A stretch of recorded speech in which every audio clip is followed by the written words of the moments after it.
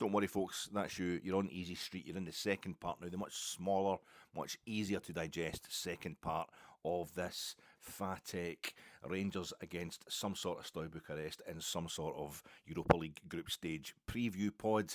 I ended with a tantalising. I just showed my skill, I think, to hook these in. The way I'm just going to dominate social media, a real page turner moment, a real hook that's got you totally gripped. I know you're having to rush along here. You want to be going to be able to concentrate on your work today, never mind concentrating on the game tonight. If you didn't know what the second part was, when the way I ended the first pod there, it was nothing to do with me never having gone more than 50 minutes without having something to eat. I just thought it was the only fair thing to do was to split up one of these European preview pods. I mean, I get carried away with them.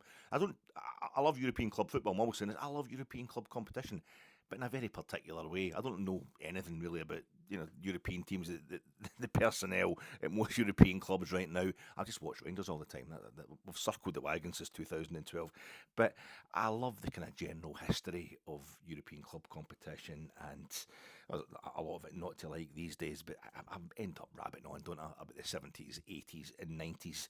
But when the manager is under such pressure at Rangers as Philippe Clement is just now, when there's so much negativity around about the club, I'm also going to have to get that off my chest, which I spent most of the first part of this pod doing. So I've split it up in a wee two-parter this week, but I just left you with a tantalising mention of my other favourite subject, the Second World War, at the end of a much more pleasant subject than talking about Rangers just now, isn't it? I was mentioning Romania, the Second World War. And what we're going to do in this wee second part now, which hopefully is going to be a lot shorter, a lot easier on you, is just discuss what we know generally about Football Club Steaua Bucharest, or actually FCSB.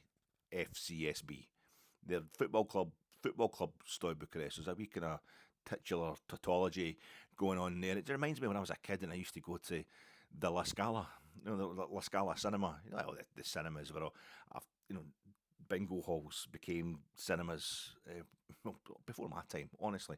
But when I was a kid, they were all cinemas. But they all had these kind of names of continental buildings, the Trocadero and stuff like that. But we had La Scala in Saltcoats. I'm fair Dawson, but La Scala was in Saltcoats. It's now, or the last time I was at Saltcoats, it was a Witherspoons, of course. It turned into a Witherspoons. There was two, the Regal across the road, which became the Metro nightclub. And of course, that was the Hamilton Street. I bought my Hamilton Street in Saltcoats, and we called it the La Scala, no knowing that La is the Italian for the definite article. So definite article, Scala. You're basically saying it's the Scala. And I actually got to, we sidebar, I actually got to the La Scala, the opera house in Milan. It's Tchaikovsky opera there in 1999, and they had no revels, no Maltesers, no chalk ices. It was absolutely garbage. What a total letdown. Nothing compared to the La Scala in Saltcoats. But this is FCSB, that's Football Club Steaua Bucharest. Really confusing. But I ended up talking, just something I've got to get out of the way. It has to be mentioned. Part of my motivation going to the game tonight, one of the reasons I'm less concerned about shouting and bawling abuse at any of our players or our manager, something I don't really do at the best of times. That's just the way I'm built. But it's all about the opposition tonight, because during the Second World War, the reason I was explaining this was just a quick bit of history. If you don't already know, you maybe know this yourself anyway. Romania was initially neutral as the Second World War broke out, but they were kind of caught up, obviously right in the middle of Nazi Germany deciding at the beginning of the war it suited both them and the Soviet Union to have this little pact of convenience, the pact of steel they called it, and they helped out each other. They were actual allies at the beginning of the Second World War, the Soviet Union and Nazi Germany, until it got to the point where obviously they turned on each other. So Romania had tried to stay neutral, but they ended up, because of forces within their country, they became Nazi. They became out and out fascist, and the force within their country was a thing called was it the Iron Guard? Now they've all got really kind of camp. You imagine them all wearing like kind of studied leather caps and all that, and the wee bits, it's real leather bar stuff. The kind of Nazi iconography and their names for themselves, but with the Iron Guard, and they also became known as the Legionnaires. I think it was a kind of nickname for them, this group, and they eventually pushed the king or whatever, the ruler of Romania into fascism. And they were very, very eager helpers of Nazi Germany, to the point where when it came to the Holocaust, horrible subject I know, but we need to know what we're dealing with here. Nazi Germany, Hitler had to tell Romania to calm it, to settle down. Like, it was embarrassing. The Germans, who perpetrated the slaughter of 6 million people during the Holocaust, during the Second World War, they were embarrassed by how vicious the Romanian Nazis were towards the Jews. It was. I'm not going to go into detail. That's all you need to know. To be honest, that's why I cut off. That's the primary reason I cut off that last pod, and I had to edit for the first time ever in the history of these pods and just cut off that a bit at the end, because I started giving details of the stuff they did. You can look it up, whatever. I just always remember, if you're a book you should read is Eichmann in Jerusalem. The Banality of Evil by Hannah Arendt, one of the greatest books ever, one of the greatest pieces of reporting ever. And she's at the trial of Adolf Eichmann, and after the war, in the 60s, Israel got a hold of him, and he's given through that the details of how the Holocaust was perpetrated in all the countries that the Nazis occupied or threatened to occupy. And the bit I just remember, the bit that always kind of stands out for me, in just a sea of horrific, just awful, depressing as hell behaviour. So it's a football podcast. It's what stands out for me is the treatment that was dished out to Jews in Romania by the Romanian Nazis, by this Iron Guard. And all I need to tell you just now is it's sufficient to say that the actual Nazis and the original, the Germans got in touch with them and said, "Stop it, calm down. You're going to have to calm that down." And the guy, I only mention this horrible subject because this Gigi Bacali, who's I've heard him being talked about as a bit of a character. What a guy he is. He's a bit nutty, isn't he? The owner of FCSB, the guy who's announced the team. He basically tells the manager what substitutions to make and all this kind of stuff. And he announced the team like 2 days ago. The first 11, I think he's been having a go, having a laugh or whatever at Philip Clement as well. No, great stuff, great fodder for the tabloids and all that. He thought the guy that founded the guard, the Iron Guards in Romania, the head of this, the Legionnaires, the founder of that mob of absolute scumbags, he said he should be canonised. He should become a saint. He should be made into a saint. He's a homophobic, racist scumbag of the very lowest order, this Gigi Bacali. He ain't no character. He's just scum, total scum. And I was talking in the first part of the pod about how it's that time of year, the clocks go back, and Halloween and all that. It can be all very cosy, but it's also the part of the year we get into early November, and we remember the people that died for this country fighting fascism. Just died and tried to keep democracy alive. And this guy I hope he's not coming to the game tonight. There's talk about how he's in his 60s, isn't he, Bacali?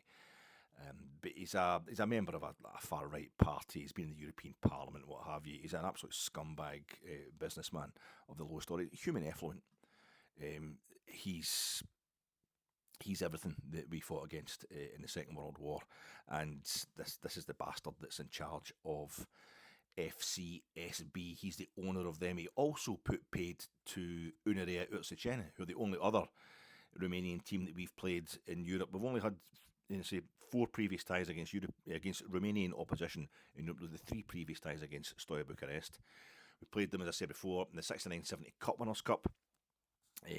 We beat them in that one early stages before getting put out by Gornik Zabrze, and the defeat that put paid to Davy White. We met them again that 87-88 European Cup Winners' Cup game. I talked about Bela Dedici, didn't I, in the previous pod? Miodrag Bela Dedici, the first guy to win the European Cup with 2 different teams. He played for. Jimmy Rimmer's got a claim on that. Jimmy Rimmer's got a claim. He was the first substitute goalkeeper.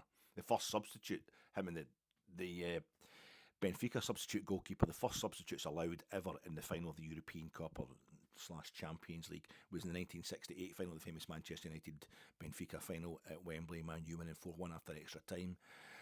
Eusebio against George Best and all that. But Jimmy Rimmer was the unused substitute goalkeeper for Manchester United in that, and then famously, so I don't know if he even got a medal. He probably didn't get a medal in those days. They were quite harsh about that stuff back then. But technically, he's in the winning squad, if nothing else. And then in 1982, of course, Aston Villa, as we were hearing after the sad passing of Gary Shaw, and their amazingly magical night against Bayern Munich. It was so amazing because in 1982, Aston Villa, another club like Steaua Bucharest, have won the European Cup once. They beat Bayern Munich in the final, and Jimmy Rimmer was their goalkeeper. Jimmy Rimmer started the game for them and only last 9 minutes. And he come on, Villa won the game 1-0, so he kept a clean sheet. He goes off after 9 minutes, and then on comes Nigel Spink and has a great game, and he's understudy and makes a great name for himself, causing great pain to this day for Jimmy Rimmer. But so technically speaking, he's the first guy to be in 2 European Cup winning sides, and yet he only played 9 minutes. Unreal. But the first guy to have played in both and winning European Cup finals for 2 different teams is Miodrag Belodedici, who played in that the side that won the European Cup in '86, a Steaua side, and he was still playing for Steaua when he came to Ibrox in March, I think it was 1988. Only lost 2-1 in a night that their goalkeeper had to go off before the hour mark because just the atmosphere got to him. He couldn't handle the atmosphere. It was great that night. I remember going to was it the George Hotel? It was in Buchanan Street with my mate Alan. I'm only 18, 19 at the time. And we went in this, remember just going through the double doors at the front, and it said no football colours, and we're shoving this is before the game, going to get the underground for Buchanan Street out to Ibrox, but we'll get a few pints in beforehand. So we went in this hotel, and we shoved the scarves and that deep into our jackets, get us inside, then you open another door to get into the bar, and it was, hello! The place was absolutely jumping. It was Union Jacks and orange bonnets everywhere. It was absolutely mental. That was quite funny. But the atmosphere at Ibrox itself that night were 2-0 down. At this point in our history, we'd never recovered a 2-goal deficit. And the atmosphere was jumping. We were in the Brimlin, the Brimlin front, me and Alan that night. It was absolutely rocking. And I just remember that was the infamous time I turned to Alan and I went, at kick-off, these bees must be shitting themselves, basically. There's no way they're going to be able to survive this. We're going to blow them away. Lakatush, 3 minutes, 1-0 to Steaua Bucharest, tie over. But Rangers come straight back into it. Ali McCoy scoring a penalty after Richard Goff after about a quarter of an hour. Richard Goff equalised on the night, and then Ali McCoy scored a penalty pretty soon after. And that was 2-1, so we've got an hour to have a go at them and just win this game, getting the other 2 goals that we need to win this tie and get into the European Cup semi-final, but it did not happen. That was the end of the scoring, but it was a hell of a night, very interesting night.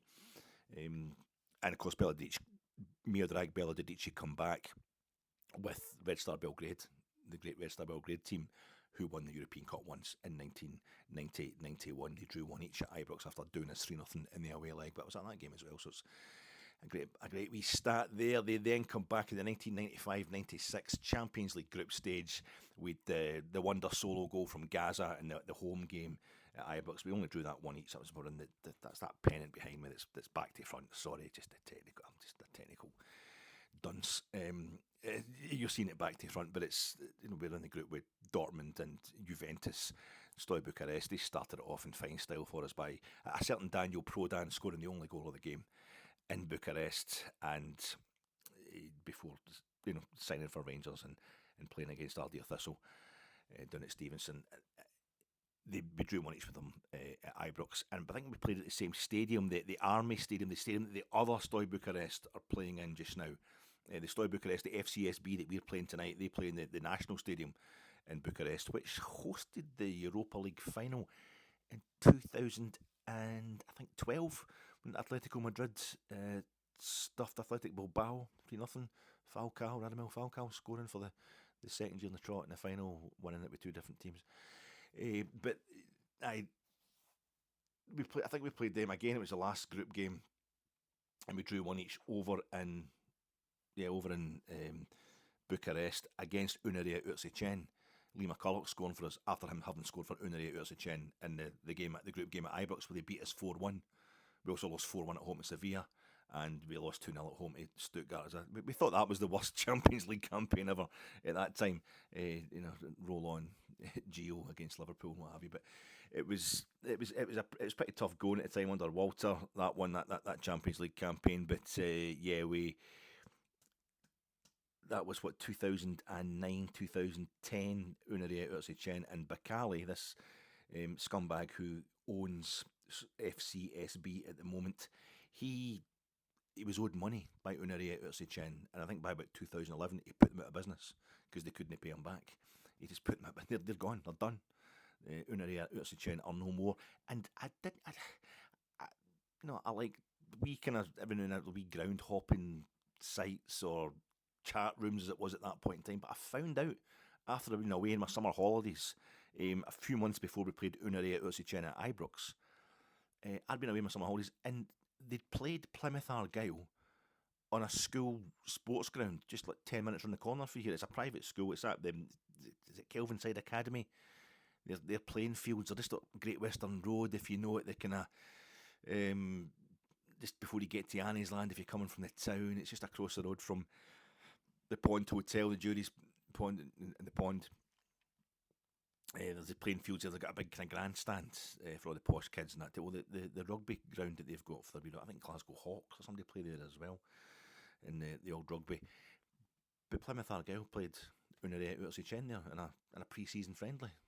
Just like a 10-minute walk, free to view round the corner for where we asked it, and I was away in bloody holiday somewhere and I totally missed it. Anyway, that's a wee thing anyway. But that's the only 4 times we have played Romanian clubs before. 4 previous ties. Obviously, it's only a one-off. We're playing against them tonight. And what is it with FCSB? There's also a Stoy Bucharest. They're in the Super League. They're the current champions of the Romanian Super League. It's the first time they won the league last season. It's the first time in 9 years that FCSB had won the league, and FCSB have inherited the Stoya Bucharest of 1986 that won the European Cup final in 1986 and lost the European Cup final of 1989. They have inherited their history, and I'm like, what's happening here? So I just phoned up a Dinamo Bucharest fan, and a couple of Dinamo Bucharest podders just through phone booking, got a hold of a couple of them, and this was saying to them, I was like, right, what's happening? What's the score with this Stoy Bucharest? We're Dinamo Bucharest, mate. We hate Stoy Bucharest. You're the main rivals, aren't you? The eternal derby, the big derby in Romania is us against Stoya. So what's happened? It's a lot of corporate stuff involved here, a lot of legal shenanigans going on, a lot of detail involved. So I just automatically come to the rival club to find out find out the history. You can tell us what's it? No, we're not interested, mate. What kind of weirdo derby rivalry is that when you don't know more about your hated opponents and their corporate identity, their corporate history than they do, than their own fans do? And the guy said, no, mate, like we're not interested. We don't want to talk about them. We just want to concentrate on our own club. And I thought, you weirdos, absolute weirdos. And he said, well, what I will tell you, mate, about Stoya is they did used to make out that the stadium had an official capacity of 67,000, but they would report crowds, their directors would report the crowd was like 40,000 when it was actually full, and sometimes it had, beyond health and safety, they had crowds about 80,000 in, and the Stoya fans would all bump into us in pubs and that after. For example, a European Cup quarter-final against Rapid Vienna, I think it was Cannes landed in the park or something like that. Big atmosphere. They would say it was actually 80,000 there. I know it was reported in the papers. The directors of our club told the papers, it told everybody, they reported it as 40,000, but it's actually 80,000 there, so we're pitting the money, we're skimming the money off the top, we're skimming the tax, we're not paying any tax, it's just to, we're putting it in the biscuit tin, and Dinamo Bucharest fans were saying they didn't mind, they were just like, alright, that's the way things go, we're all working class folk together, we're all trying to beat the man, that's absolutely fine. They didn't say to those Stoya fans, oh, but that means if a granny dies of a heart attack, it's in an ambulance, couldn't get there on time to save it. It's your fault. It's the most disgusting, immoral thing ever to happen in British sport. No, didn't they?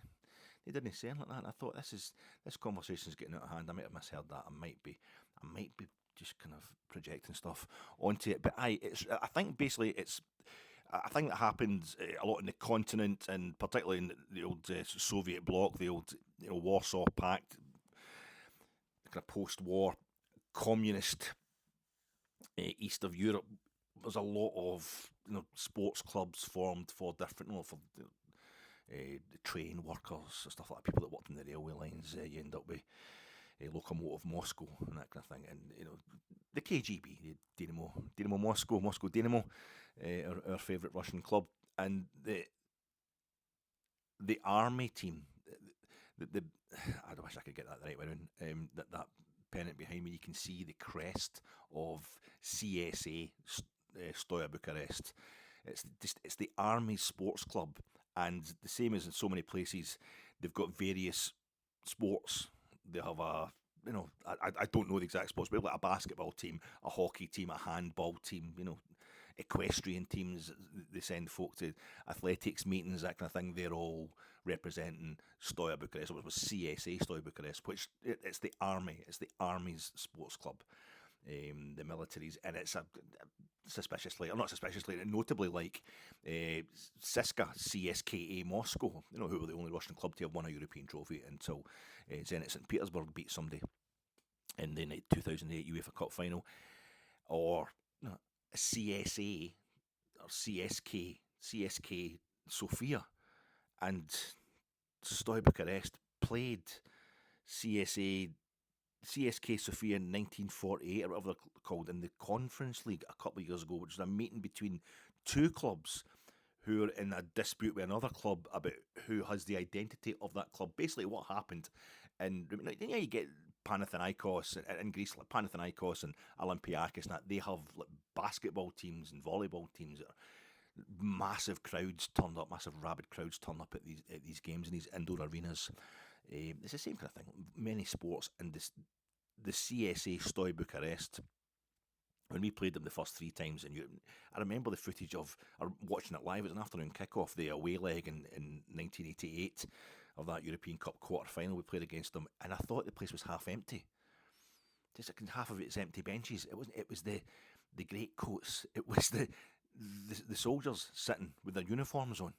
These kind of buff uniforms on. Not the guys themselves were buff, but these kind of buff coloured uniforms. And you thought, it's actual people, because the hats on as well because of the weather over there. It was quite a thing. Half the crowd was military, and they basically stopped running a football team. They're still there, an ongoing organisation, CSA Stoy Bucharest. But I think with the Ceausescu's getting overthrown and what have you, and the breakdown of the kind of communist regime there, things got a bit weird. But they decided they weren't going to run a football branch anymore. And in the meantime, but they tried to start it up again in 2017. So they stopped doing it, I think, maybe in the late 90s, from what I've read. And at that point, I don't know if it was this Bacali scumbag himself or somebody else jumped in and said, well, we'll keep running it. We'll keep running it for you. And they tried to keep, when CSA, the military Stoy Bucharest Sports Club, started up again, decided to start up a football club again. They said, well, we're just going to continue. We'll do the football thing. And it was like, no, we're running them now. And I think that's where the dispute comes in. And so there's a Stoy Bucharest in the second division in Romania, and there's the one we're playing tonight, FCSB, and they've legally, but it's really hotly disputed, they have the history of FCSB. Now, a lot of fans of other clubs, our Dynamo Moscow, our Dynamo Bucharest would be telling us that's us. That is, we started again in 2012 or something like that. But there was never a rival club set up. It's along the lines of kind of MK Dons and AFC Wimbledon, meaning that FC Wimbledon just ceased to exist, and that FA Cup they won in 1988 is just kind of floating in limbo land. Austria Salzburg and Red Bull Salzburg.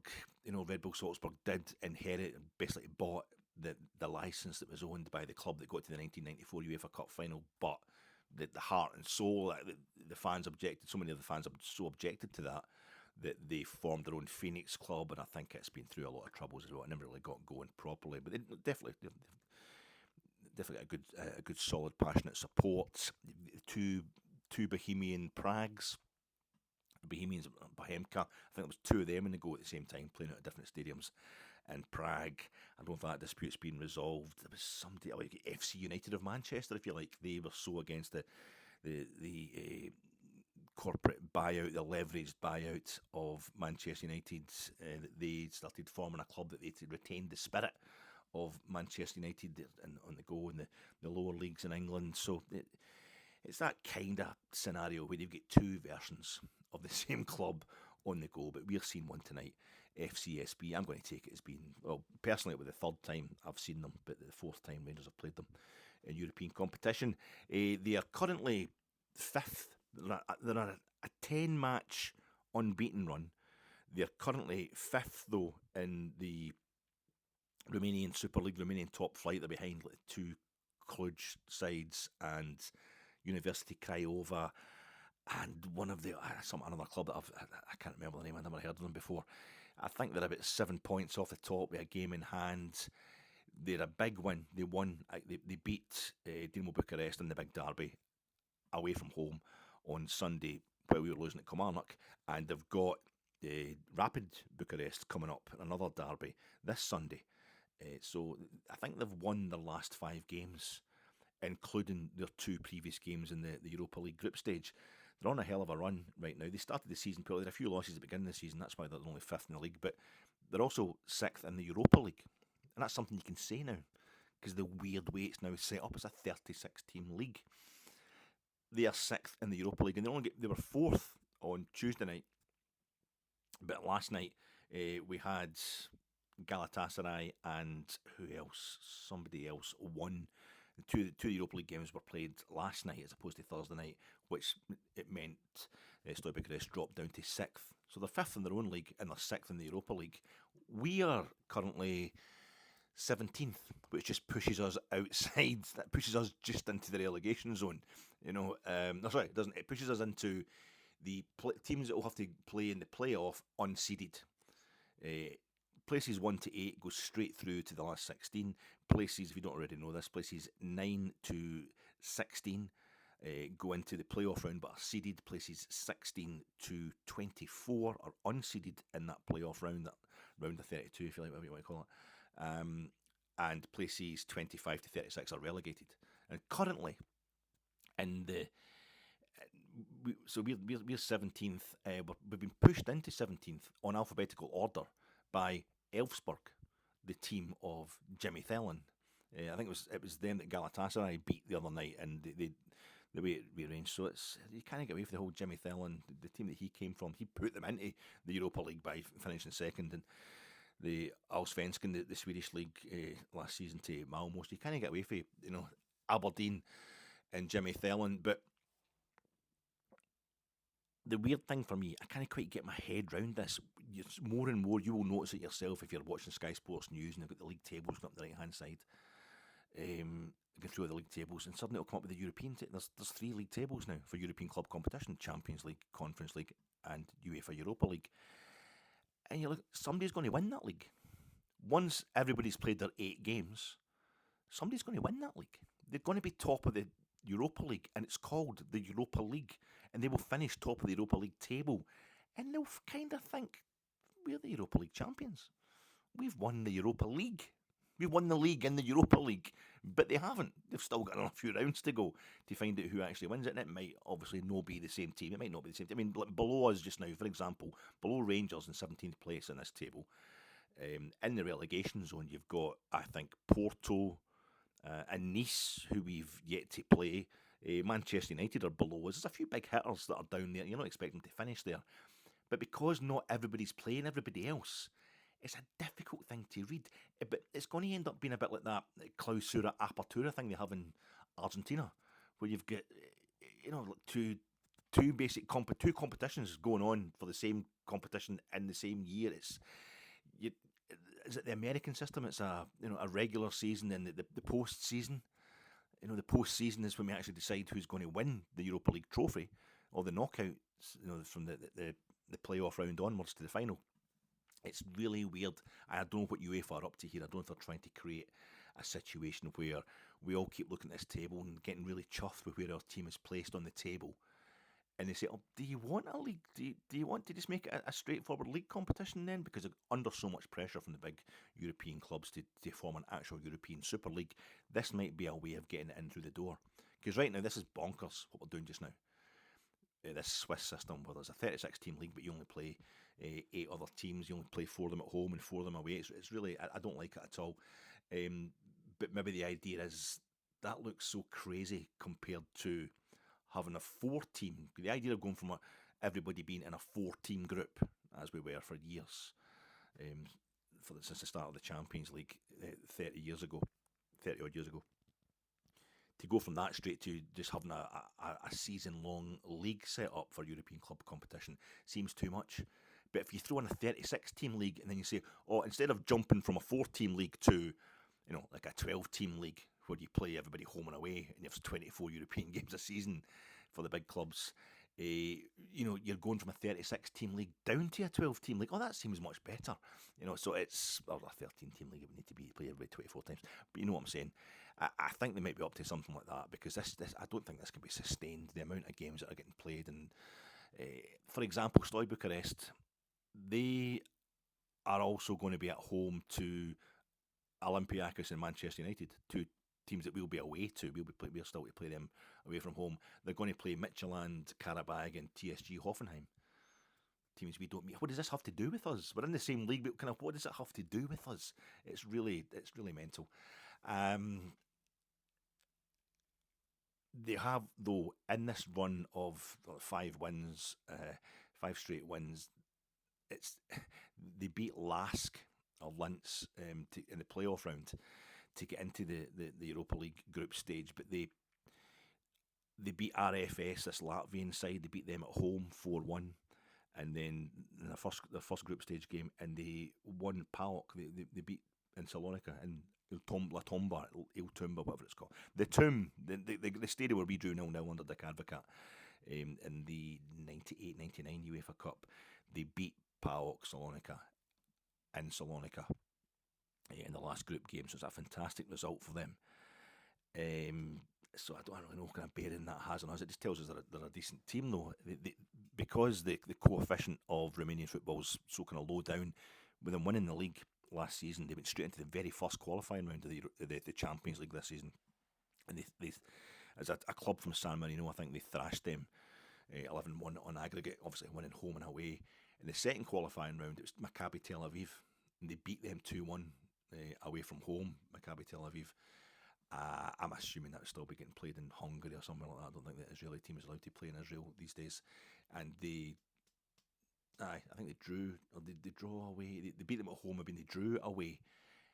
Third qualifying round, they lost to Sparta Prague.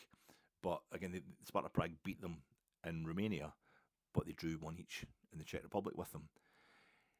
They drop into the playoff round for the Europa League, and they get Lask, sort of Linz, Austrian side, and they beat them. They draw 1 each away from home with them, and with the results they've got in the group stage, it means they're on a run of 5 European away games this season. They're already played 5 European away games this season. They haven't lost one of them. We haven't won either of our 2 European home games so far this season, so it doesn't augur well for us. Their manager is a chap called, it's a Cypriot manager. He played for PAOK Salonika, this chap, Elias Charalambu. He's like 44 years old, 69 caps at left back for the Cypriot national team. I think he's actually born in South Africa, but he played for PAOK, so maybe there's a bit of PAOK Salonika during his playing career, so maybe there's a bit of inside information there that helped him, but that's nevertheless, it's a good result.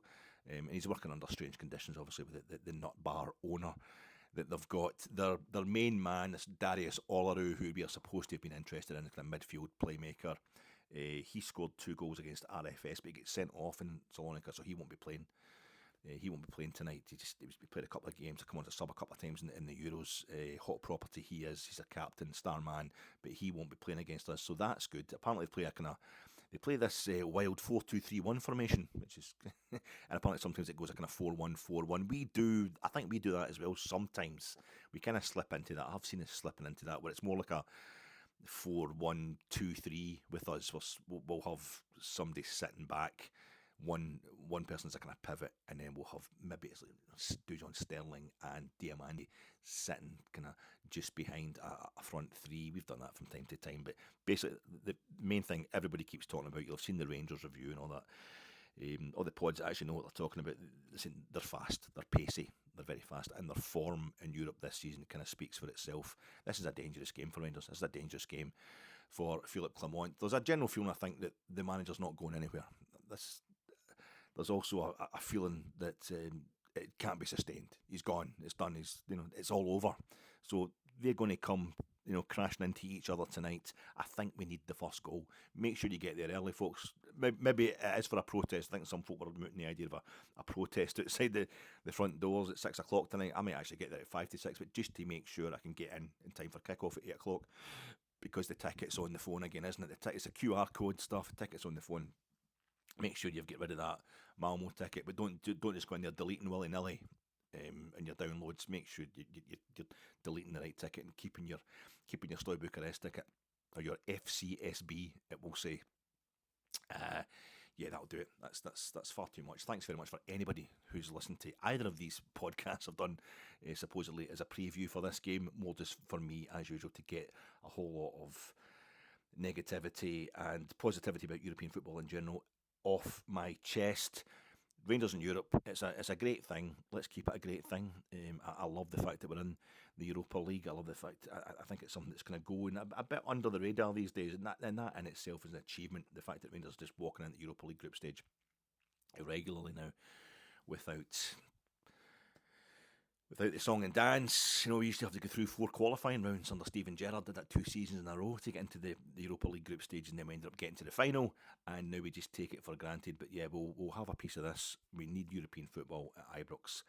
I don't think it's going to be full tonight. I think people are still buying tickets individually. I don't know how many complete packages they sold for all 4 home games. But team selection, I don't think there's any big. We know Zach Lovelace is going to be in the squad. That was the kind of big standout announcement by the manager yesterday. But he's not going to start the game. I wouldn't imagine Zach Lovelace. Maybe his pace will be required against a pacey team. Everybody's wondering, is he going to play the same formation? Is he going to stick with the 4-2-3-1? I would almost kind of hope so, because it's just a template. It seems to be hammering in there. I want us to keep playing that until we get it right.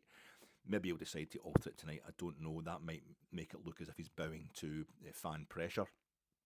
But just do what needs. The main thing is to do what needs to be done to get this game won, because in this group, I don't think we're expecting anything. It would be a tough ask just to get a draw out of Lyon, and I think we saw enough in that game to show that we did everything we could, basically. It just was a bit much for us because they were such a high level. So I think that the energy was there, the application was there. It could have gone another way. I think it could have gone. We only lost 4-2 or 4-3, a bit more respectable. But we definitely showed. I think we showed a lot of promise in the game against Lyon, despite eventually losing it so heavily. But Spurs are going to hammer us, you would imagine. Old Trafford, they're either going to have a new manager or Eric Ten Hag will have turned things around by the time we go to Old Trafford, Manchester United. So that's going to be really tough as well. Olympiacos, Conference League holders, just going to Greece generally, that's going to be an absolute nightmare. Very tough to get a result over there. I think with 1 win under our belt, this is the one. Nice is going to be tough as well. Obviously, this is the other one we need to be winning. I would say that we need to be winning, and it could be about picking up draws after this. And it's already looking like a bit of a tall order with the way Sloy Bucharest or FCSB have started this campaign. But we need a win just for the sake of progressing. But we need a win more than anything else for the sake of the mood around the club. Tonight in itself won't be enough, but obviously there's nothing succeeds like success, and we just need Rangers to get out there and respond to all the criticism and get 3 European points on board before we concentrate on our next 6 SPFL Premiership points. Enjoy the game, troops.